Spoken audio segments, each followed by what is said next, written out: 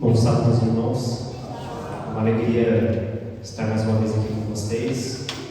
Para quem não me conhece, acho que todo mundo me conhece, mas para quem não me conhece, me chamo André. Eu sou da igreja da Finlândia, o Paulo, Marcelo e Samuel que vieram aqui. Que Deus abençoe esses momentos que estamos aqui, que Ele fale aos nossos corações e que possamos sair daqui preenchidos e alimentados com a sua palavra. Antes antes de nós começarmos a meditar na palavra de Deus, eu queria convidar você a fazer mais uma oração, a fechar os seus olhos, a esquecer tudo que você tem lá no mundo exterior. Eu sei que às vezes o sábado, a gente fala assim, o sábado é um dia que a gente tem que desconectar de tudo. Só que como desconectar de tudo se a vida ela é uma vida intensa? Às vezes nós precisamos focar naquele que resolve os nossos problemas, que é Jesus. Toda vez que a nossa mente começar a divagar, nós temos que lembrar: Senhor, me traz de volta. Vamos fechar os nossos olhos. Senhor nosso Deus, nós queremos neste momento entregar tudo aquilo que nós somos, tudo aquilo que nós temos em Tuas mãos, Senhor. Nós queremos, Senhor, ouvir a Tua voz, não através da minha pessoa, mas através da Tua palavra. Nós queremos também que Teu Santo Espírito neste momento esteja presente não somente neste local, mas no coração de cada um de nós, porque nós carecemos do Teu Santo Espírito, Senhor. Nós carecemos da quantidade necessária do Teu Santo Espírito diariamente, para que nós possamos crescer em graça e crescer em fé, e que nós possamos nos santificar diariamente, para que nós possamos ver o Senhor voltar dos céus. Senhor, abençoe aqueles que estão aqui, as suas famílias, os seus familiares, aqueles que porventura não estão aqui, Senhor, que o Senhor os abençoe também onde quer que eles estejam, e que sintam o desejo de estar comigo contigo neste momento. Não interessamos se eles estão aqui, mas aonde quer que eles estejam te adorando neste momento. Nós te pedimos tudo isso e agradecemos em nome de Jesus. Amém. Alguns textos na palavra de Deus, eles são um pouco confusos quando você não pega o contexto dele e estuda a fundo. Às vezes nós estudamos a Bíblia de forma até que desavisada. Às vezes a gente estuda a Bíblia de forma temerária, de forma desleixada, porque nós pegamos e estudamos, às vezes, tematicamente. Vou ler um texto a respeito de um tema, e você vai pegando textos aleatórios sobre aquele mesmo tema, só que às vezes aquele texto ele não quer necessariamente dizer aquilo que nós pensamos. Vou dar um exemplo bem clássico e você vai entender o que eu estou falando. Paulo, certa vez, ele diz em uma das suas cartas: tudo posso naquele que me fortalece. Qual que é a sua sensação? O que você pensa? Que nós podemos todas as coisas, que nós estamos num momento de liberdade incrível e que Deus nos conduz a todas as coisas e nada vai ser tirado de nós. Paulo, ele fala isso quase no fim da sua vida encarcerado. Um encarcerado está falando: tudo posso naquele que me fortalece. O contexto ele é muito importante para que nós entendamos aquilo que a palavra quer dizer. Por isso, quando nós estudarmos a palavra de Deus, primeiramente nós temos que pegar o livro como um todo. Eu vou estudar a carta aos Romanos. Eu não posso pegar um texto A, um texto B, um texto C. Eu tenho que ler o texto inteiro. Eu tenho que ler a carta inteira. Imagina você pegar a carta de uma pessoa e ler só um trechinho e tirar conclusões inúmeras daquele pequeno trecho. A carta tem uma intenção, ela tem uma direção, ela tem uma lógica, porque ela foi escrita. Assim são todos os textos. Todos os textos da Bíblia, por mais que tenham um texto, tenham lições inúmeras que nós podemos tirar, a melhor lição que nós podemos tirar é aquela lição que a gente entende dentro do seu contexto. Pensando nisso, eu queria meditar com vocês um texto que muitas pessoas não compreendem a profundidade dele, e muitas pessoas dão algumas interpretações as quais não fazem sentido. Esse texto está lá em Lucas, no capítulo 18, no verso 24 e 25 e 26. Nós vamos entender dentro do contexto esse texto, mas vamos ler só esses 3 versos de imediato, a princípio. Lucas capítulo 18, do verso 24 até o verso 26.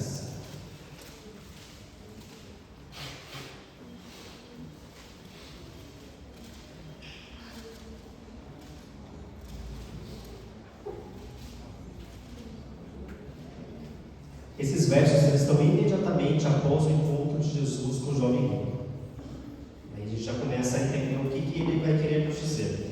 Verso 24 diz o seguinte: Jesus, vendo-o assim triste, disse: quão dificilmente entrarão no reino de Deus os que têm riquezas, porque é mais fácil passar o camelo pelo fundo de uma agulha do que entrar um rico no reino de Deus. E os que ouviram disseram: sendo assim, quem pode ser salvo? Grande questionamento: quem pode ser salvo? Muitas pessoas tentam interpretar esse texto de várias maneiras. Existe até uma historinha de que essa porta essa fundo da agulha era uma porta onde tinha que entrar o camelo, ele tinha que se espremer para entrar. E as pessoas vão criando fábulas e fábulas. Não, Jesus está falando exatamente: é mais fácil entrar um camelo no fundo de uma agulha. Quem que já colocou uma linha na agulha? Sabe o quão é difícil colocar uma linha na agulha? Sobretudo se você não enxergar muito bem. Você não enxerga nem a linha do buraco, nem você não enxerga. Você não consegue. É extremamente complicado. É isso que Jesus está querendo dizer. Esse é o nosso ponto de partida. O que Jesus quer dizer com essa expressão? Para nós entendermos o que Jesus quer dizer com essa expressão e, sobretudo, o que os discípulos, aqueles que ouviram, disseram, sendo assim, quem pode ser salvo?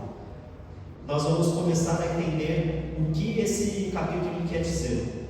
O capítulo 18, ele tem algumas histórias e tem a parábola do juiz iníquo, que é semelhante àquela do perdíssimo usar, aquele que pede e recebe, aquele que insiste com Deus e recebe, não porque, aí a gente volta na questão do contexto, não porque Deus, ele quer que nós sejamos insistentes que ele não quer dar para a gente, mas de tanto a gente bater na porta ele vai dar. Não é isso que o texto quer dizer. Ele está querendo nos chamar a atenção para que nós sejamos firmes no nosso propósito e firmes na nossa petição, porque nós temos as vontades temporárias.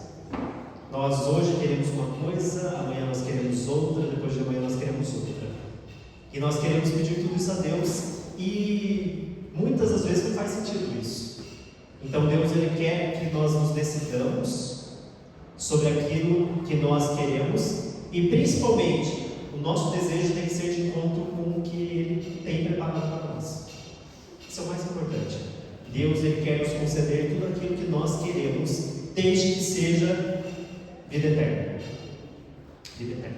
Sempre Deus, ele vai nos colocar a questão da vida eterna. Depois disso, a próxima história é a parábola do fariseu e do publicano. História conhecidíssima, o fariseu cheio de si, e a gente já começa a entender um pouco do contexto. Vamos pegar essas duas pessoas.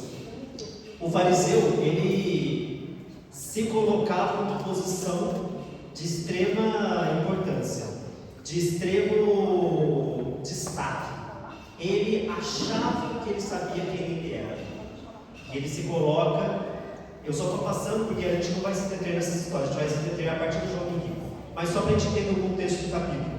O fariseu, ele orava não a Deus, mas ele orava para si mesmo e olhava para as pessoas e eu não sou igual a essas pessoas.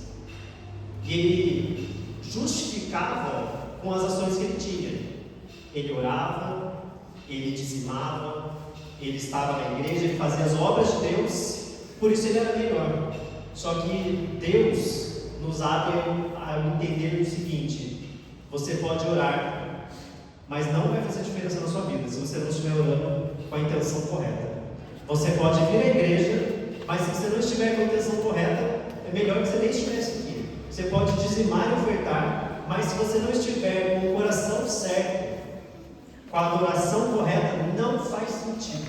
É melhor que você nem dizime nem oferte, porque você vai estar pecando menos. Pecando menos.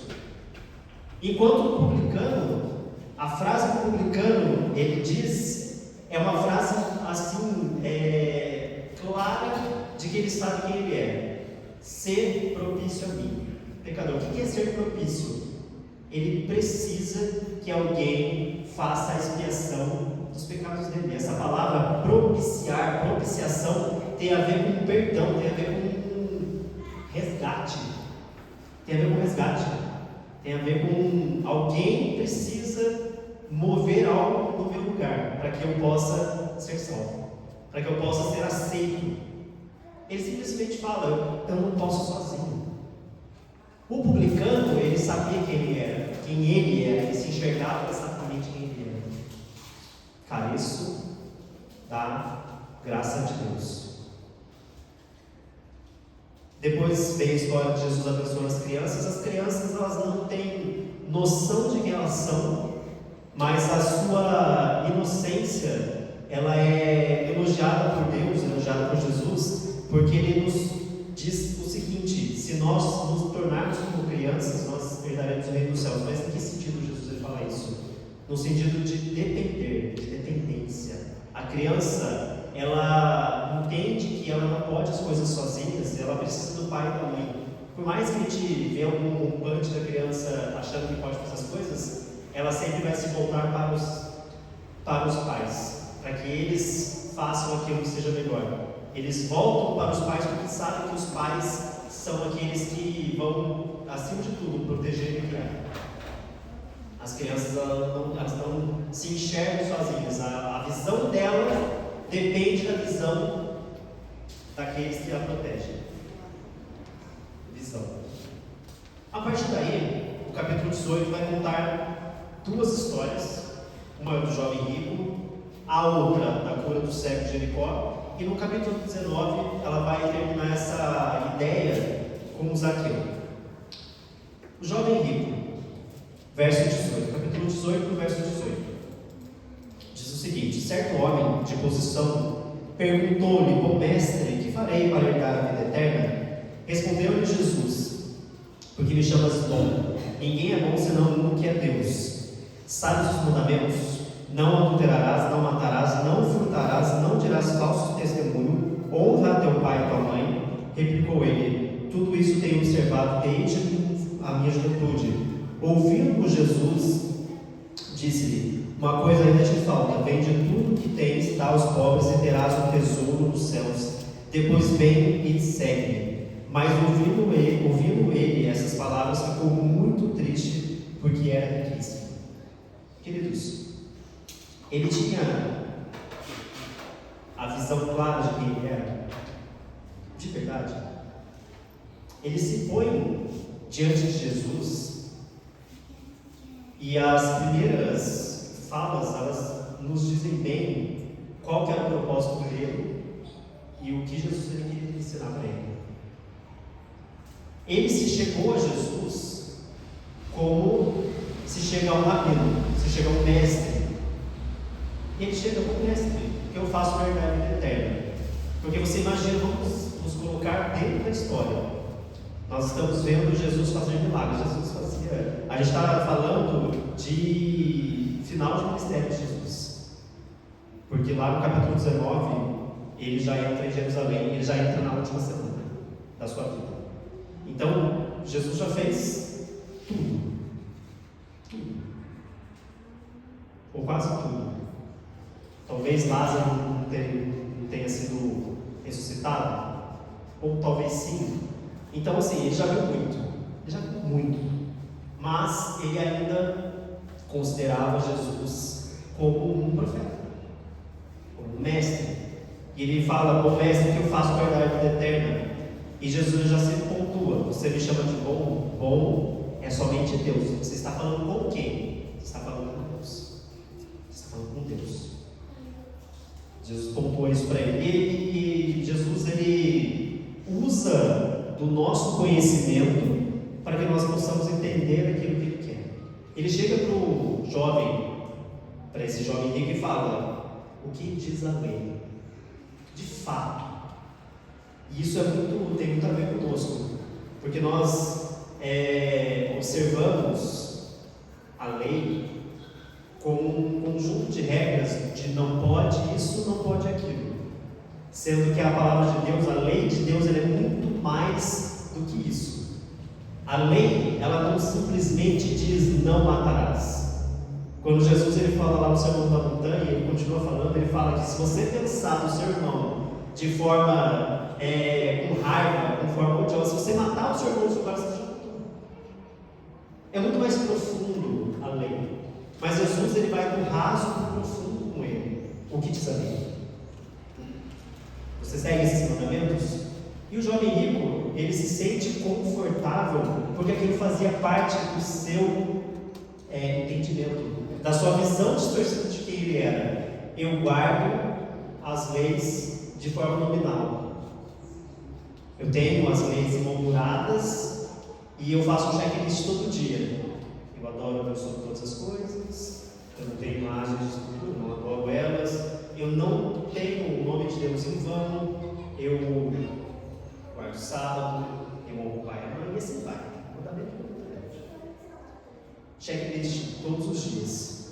Só que o checklist, ele não resolve os dilemas da vida, porque as coisas acontecem fora desses 10 mandamentos, aparentemente. Você consegue encaixar todos os momentos da sua vida dentro desses 10 mandamentos? De forma básica? Muitas das vezes não, porque nós olhamos os mandamentos como algo raso. E ele olhava como algo raso, e ele fala para Jesus: eu tenho guardado isso desde que eu era jovem. A pergunta é: o que eu faço para herdar a vida eterna? E Jesus fala: faz isso. Ou seja, está certo. Então, para mim, está tudo certo. Só que Jesus, ele pega e dá um passo além com ele. Ele vai do raso para o profundo. Você não adora Deus verdadeiramente. Você tem outro Deus. Sabe aquele primeiro mandamento? Não terás outros deuses, adorarás a Deus sobre todas as coisas, não terá outros deuses diante de mim. Você está falhando. Você está falhando. Pega aquilo que você tem e dá aos pobres. Essa ordem, ela funciona para todas as pessoas? Não, porque tem pessoas que não são apegadas a riquezas. O pecado de algumas pessoas não é riqueza. Jesus teria falado outra situação para outras pessoas, mas para ele o problema era as riquezas estavam atrapalhando ele de adorar o Deus verdadeiro. O Deus dele era as riquezas. O Deus dele eram as riquezas. Lembra da história do fariseu e do publicano? Quem que era o Deus do fariseu? A si próprio. A sua seita, o seu grupo social, os fariseus, eles endeusavam esse grupo, porque eles achavam que aquele grupo continha contato direto com Deus, e ninguém mais tinha. Sabe, às vezes nós temos visões distorcidas da palavra de Deus, e essa visão distorcida da palavra de Deus faz com que nós não enxerguemos além daquilo que é necessário. Se nós não enxergarmos bem a nossa realidade como um todo, nós dificilmente vamos entender o que Deus ele quer para nós. A tristeza dele, ela é a tristeza de cada um de nós quando Deus nos pede para abandonar alguma coisa. Porque Deus ele não pede a mim e a você para abandonar aquilo que nós conseguimos largar fácil. Simples assim. Aquilo que me prende é aquilo que eu estou colocando no lugar de Deus. E aquilo que Deus me pede todos os dias. Se você parar para ouvir a voz de Deus, todos os dias Ele me pede isso. Abandona isso. Abandona isso. E você tem duas decisões. Ou você toma duas atitudes. Muitas das vezes. Ou você tampa os ouvidos, e quando você tampa os ouvidos, você está indo num caminho muito perigoso. E quando você tampa os ouvidos para o Espírito Santo, você começa a cair naquilo que Jesus falou, no pecado imperdoável, no pecado contra o Espírito Santo. Você, de tanto o Espírito Santo falar com você, você vai tampando os ouvidos, uma hora você não ouve mais, e você vai longe demais. Em outro extremo, acontece igual esse jovem. Ele reconhece que aquilo era necessário, mas ele não tem forças, porque ele não entendeu ainda. Ele não entendeu ainda. Ele não sabe o que vem por vir, mas naquele momento ele se entristece porque aquilo era demais, era pesado demais para ele, era pesado demais. Nós vamos pular os versos 24 até o verso 34. No verso 35, Jesus ele tem uma outra, Lucas apresenta outra história de Jesus, que é a cura do cego de Jericó. E o texto diz assim, verso 35: aconteceu que, ao aproximar-se ele de Jericó, estava o cego assentado à beira do caminho, pedindo esmolas, e ouvindo o tropel da multidão que passava, perguntou o que era aquilo. Anunciaram-lhe que passava Jesus o Nazareno. Então ele clamou: Jesus, filho de Davi, tem compaixão de mim. E os que iam na frente o repreendiam para que se calasse. Ele, porém, cada vez mais gritava: Filho de Davi, tem misericórdia de mim. Então parou Jesus e mandou que o trouxessem. E tendo ele chegado, perguntou-lhe: o que queres que eu te faça? Respondeu ele: Senhor, eu quero tornar a ver. Então Jesus lhe disse: recupera a tua vista, a tua fé te salvou. Imediatamente tornou a ver e seguia o glorificando a Deus. Também todo o povo, vendo isso, dava louvores a Deus. Esse texto ele é muito interessante, porque esse cego, ele tinha de fato um problema de visão, mas ele não era cego espiritualmente. Ele enxergava mais do que o jovem rico. A visão necessária que ele precisava para este mundo ele tinha, porque quando ele pergunta: quem está passando? Não falaram para ele: o Messias está passando. Não falaram para ele: aquele que fez os milagres. Falaram para ele: Jesus Nazareno. Lembrando que ser de Nazaré era quase uma ofensa. Nada podia sair de bom de Nazaré. Vários textos a gente vê isso: nada sai de bom de Nazaré. E ele imediatamente ele clama, não para as pessoas, mas direto para Jesus. E ele não clama: Jesus, me cura. Jesus, olha para mim, filho de Davi. Queridos, as palavras que são colocadas na palavra de Deus, elas têm um impacto muito grande. Quando o cego fala filho de Davi, ele sabe com quem ele está falando. Ele está falando: o Messias está aqui. Queridos, o que representa o Messias? O Messias era aquele que viria para libertar o povo de Israel das maldições do pecado. A decisão correta é aquele que traria um novo reino. Tudo aquilo que eles estavam esperando estava se completando naquela pessoa, o Messias. Vocês têm ideia que quando Jesus veio, a ideia de um Messias era tão forte que muitas pessoas se declaravam Messias. Muitas pessoas se achavam Messias. Satanás ele usou este momento para tirar o foco de Jesus. Até o próprio governador, imperador de Roma era considerado Messias. Augusto César, ele era considerado o Messias. Na visão romana, é claro, não na visão judaica, mas na visão romana ele se achava o próprio Deus. O Filho de Deus nasceu, Augusto César. Esse cego, ele podia não ter enxergado. Nós não sabemos quanto tempo ele não enxergou, se ele era cego de nascença, se ele não é. O fato é que ele conhecia quem estava passando. Filho de Davi, tenha compaixão de mim. E quando nós temos noção de quem é Deus para nós, e quando nós temos noção de quem nós somos, queridos, nada vai impedir de nós nos encontrarmos com Deus, porque eles tentaram: fica quieto, cala a boca, você no mínimo você é pecador, você está à margem da sociedade. E ele grita mais alto: filho de Davi, tenha compaixão de mim. E Jesus para imediatamente e o cura. A pergunta de Jesus, ela parece uma pergunta meio óbvia: o que você quer que eu faça?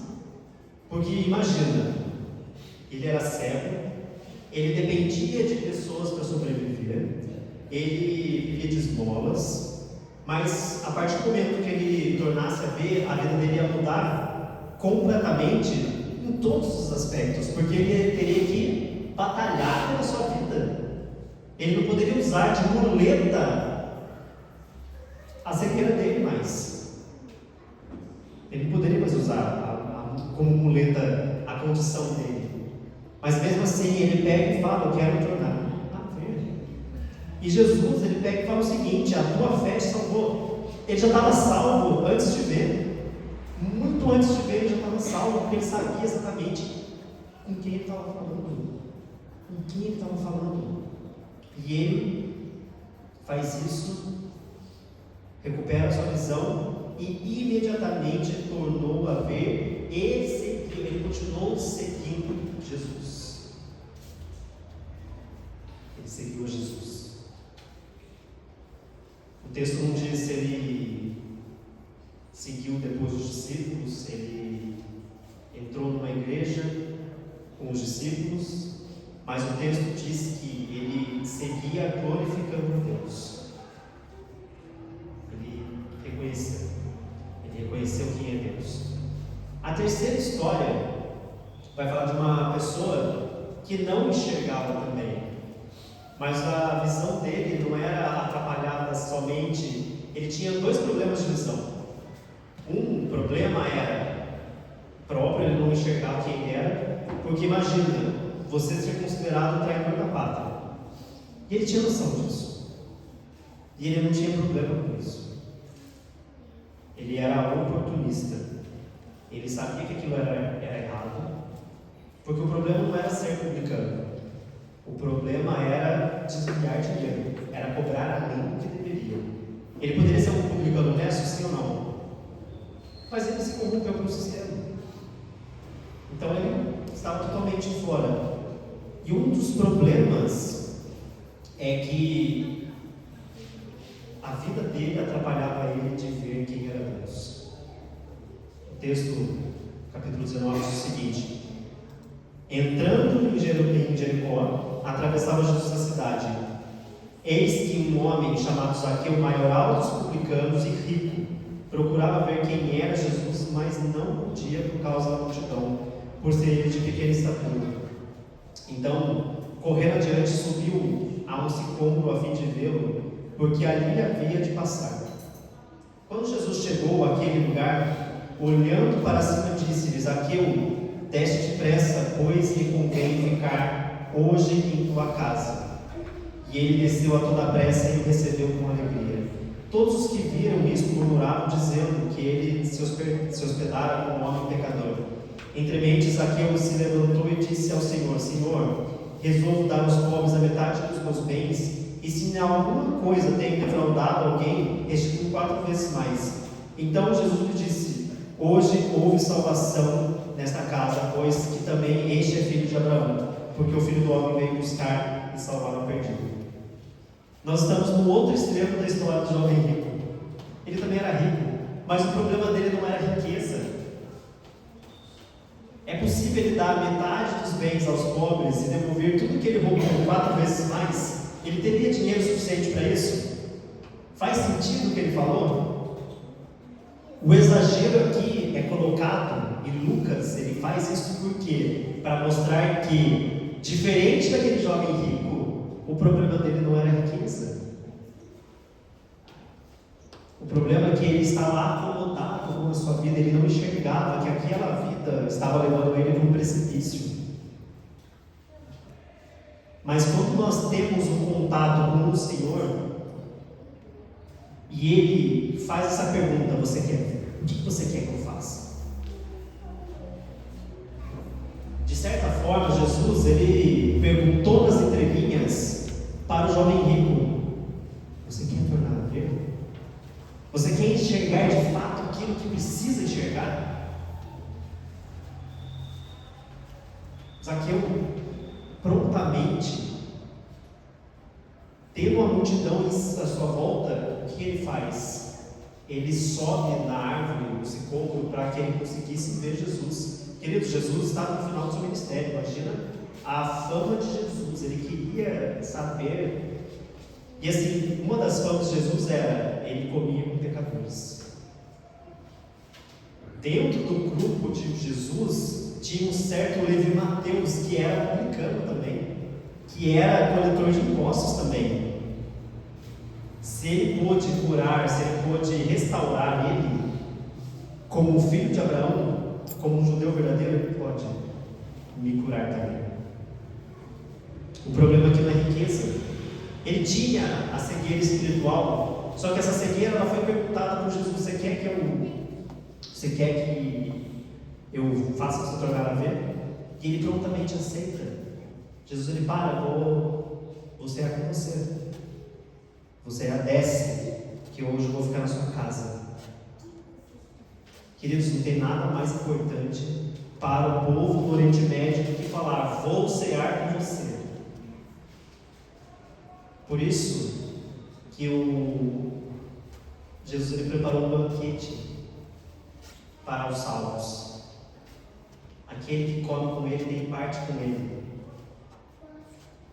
Aquele que come com ele tem parte com ele. Jesus estava falando: você faz parte dos meus planos. Você faz parte dos meus planos.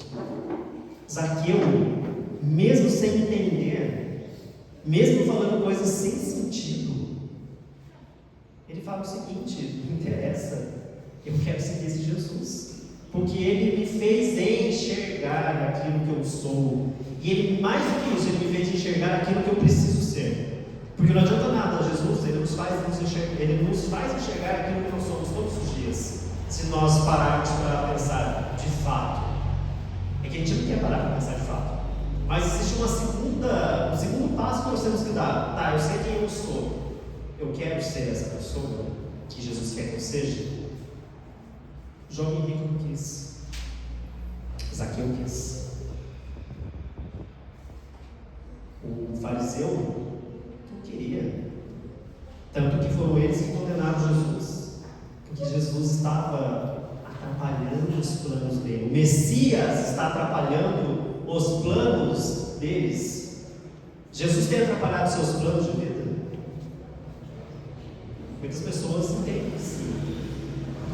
Jesus está atrapalhando, Jesus está impedindo a mim e a você de viver a nossa vida plena e feliz. Uma cegueira espiritual tão grande. Aí nós voltamos no que a gente começou a discutir.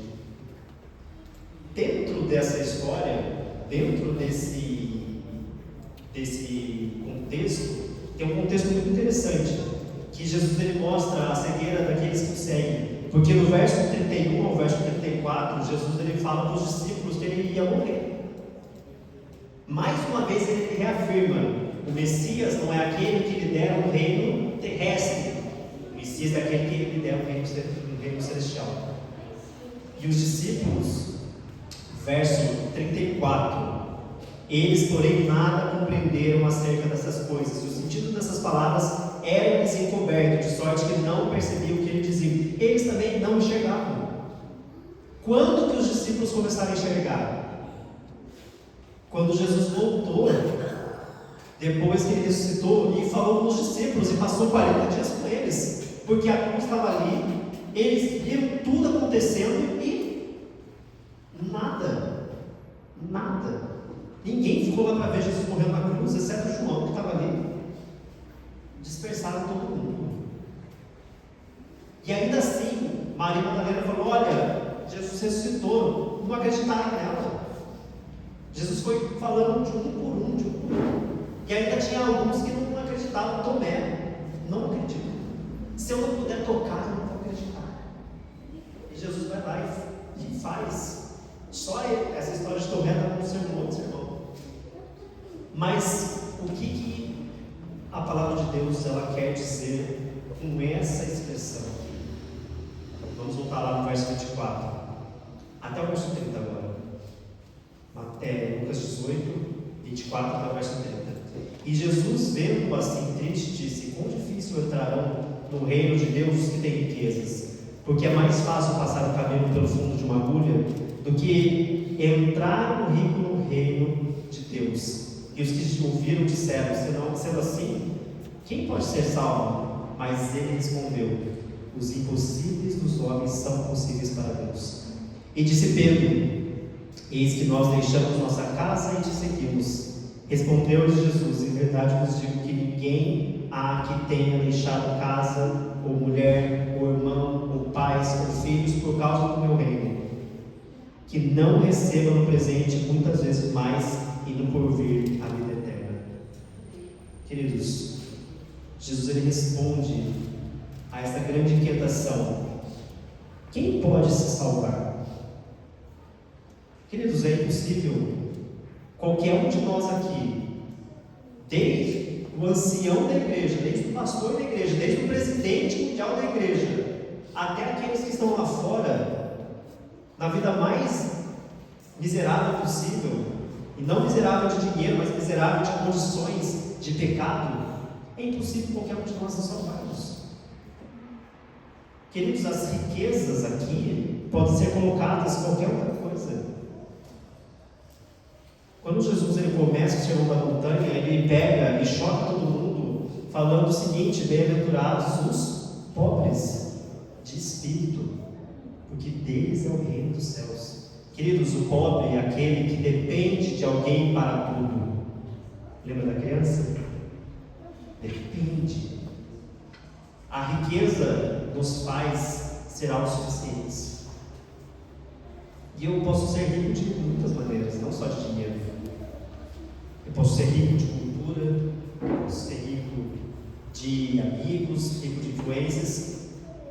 Só que o que eu faço com essa riqueza é que vai me determinar se eu vou ser salvo. Jesus ele disse que os impossíveis dos homens são possíveis para Deus. Aqui nós tiramos duas lições para nós finalizarmos. Lição número 1: Deus ele age no impossível. Tudo aquilo que é impossível para nós podemos ter certeza que se nós andarmos com Deus, vão ser realizados os impossíveis. Eu tenho um problema com o pecado X, Y, Z. É impossível para nós nos curarmos do pecado, mas é possível para Deus. Eu tenho fraquezas inúmeras, a minha fraqueza não é a fraqueza de vocês e vice-versa, mas Deus ele nos pode nos colocar de tal ponto que nós não deixaremos de ser pecadores, porque nós somos pecadores até a vinda dele, mas nós não pecaremos por ação voluntária. Sabe aquele pecado que a gente planeja e faz? Nós vamos pecar porque nós somos pecadores. Quando você vê, você já pensou mal de alguém. Querendo ou não querendo, você já pensou mal de alguém. É involuntário. Mas aquele pecado que é voluntário, Deus ele tem a capacidade de nos transformar até o ponto de nós evitarmos essas ciladas. Os impossíveis que nós temos, Deus ele abre todas as portas. É impossível, se você for parar para pensar, que o camelo pode passar por toda a agulha, para Deus ele pode. E ele faz. Porque é necessário algo sobrenatural na nossa vida. Sobrenatural. É impossível a vida eterna se o sobrenatural não existir, não existir na minha vida. A minha vida ela não pode ser uma vida terrena, local. O sobrenatural ele precisa existir na minha vida. O sobrenatural ele precisa existir. E a lição número 2, Jesus ele diz o seguinte, nesse mesmo verso: os impossíveis dos homens são possíveis para Deus. O contrário também é verdadeiro. Se eu não fizer o meu possível, é impossível de Deus me curar, é impossível de Deus me salvar. Aquilo que está ao meu alcance, ao meu acesso, se eu não fizer, é impossível para Deus. Não porque Ele não pode, mas porque existe uma coisa chamada livre-arbítrio. Você faz a sua vida aquilo que você tem que ter. Deus ele não vai invadir a sua privacidade para fazer você ir para o céu. Só vai estar no céu aqueles que querem. Eu tenho certeza que muitas das vezes nós não queremos, não de pensamento, mas de atos e ações. Não queremos, porque aqui é bom, aqui é confortável. Sabe, a gente vive num mundinho tão pequenininho que parece assim maravilhoso. Mas a gente não olha para fora que tem pessoas sofrendo abuso. A gente está falando de quebrando silêncio.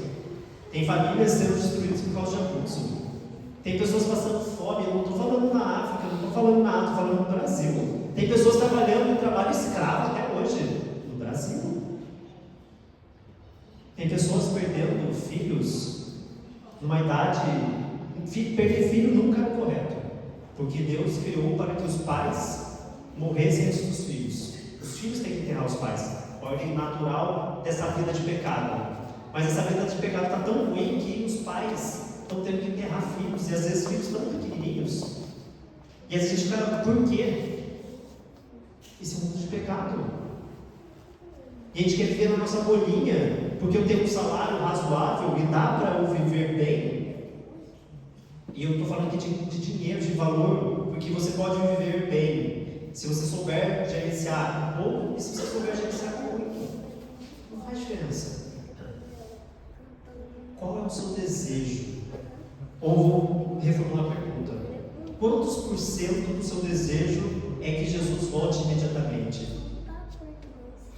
E muitas vezes a gente está esperando só mais um pouquinho, Jesus, porque tem tantas coisas. Eu não viajei para a Europa ainda. Eu não realizei meu sonho de terminar um estudo XYZ. Sabe, a gente coloca tantas coisas nesse pacote.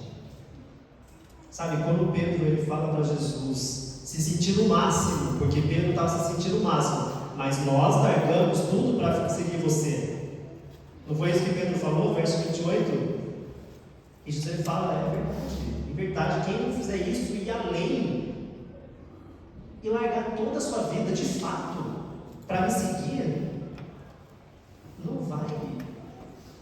Você tem que abandonar tudo por causa do reino de Deus.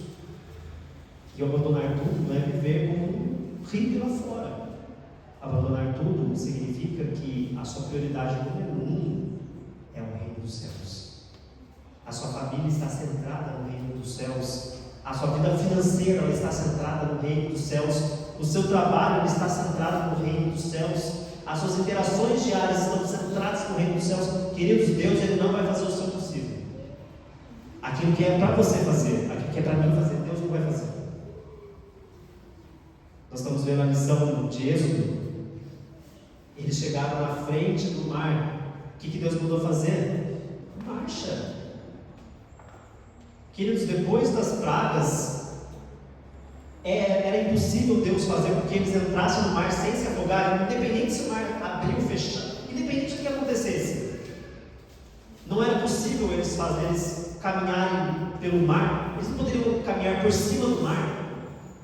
Eles não poderiam caminhar por dentro do mar sem se afogar. Eles poderiam inúmeras coisas.